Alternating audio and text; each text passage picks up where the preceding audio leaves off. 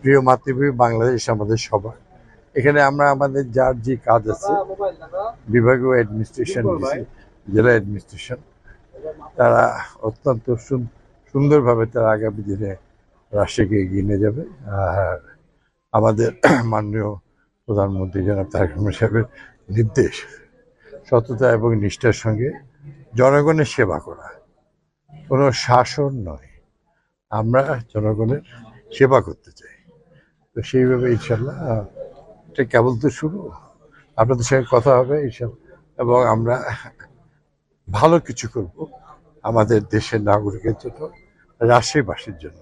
আমি আমার যে নির্বাচনী ওয়াদাগুলি করেছি তার সবই পূরণ করা হবে ইনশাল্লাহ খুব দ্রুতই।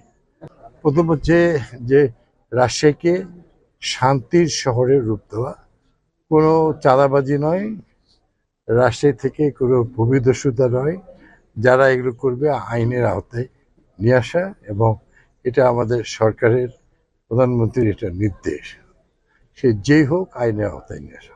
এবং আমার একটা পরিচয় আছে, আমি পানি উন্নয়ন বোর্ডের যে কর্মকাণ্ড সেইটা নিয়ে আমাদের এই যে টোটাল যে পদ্মা বাংখাতে যে বাংলাদেশে ঢুকলো এবং যমুনায় যে পড়লো, এর আগে পর্যন্ত মানে আমরা একটা ৭২টার মধ্যে আগে কয়েকটা ৫টা মতো হয়েছে। আর এবারে রাজশাহীতে যে ৭২টা প্রতিটা ভূমি অফিস আপনার অধীন, এটা ৬টা চলমান আছে, ৬টা টেন্ডার প্রক্রিয়াধীন আর পাঠিয়ে দিচ্ছে।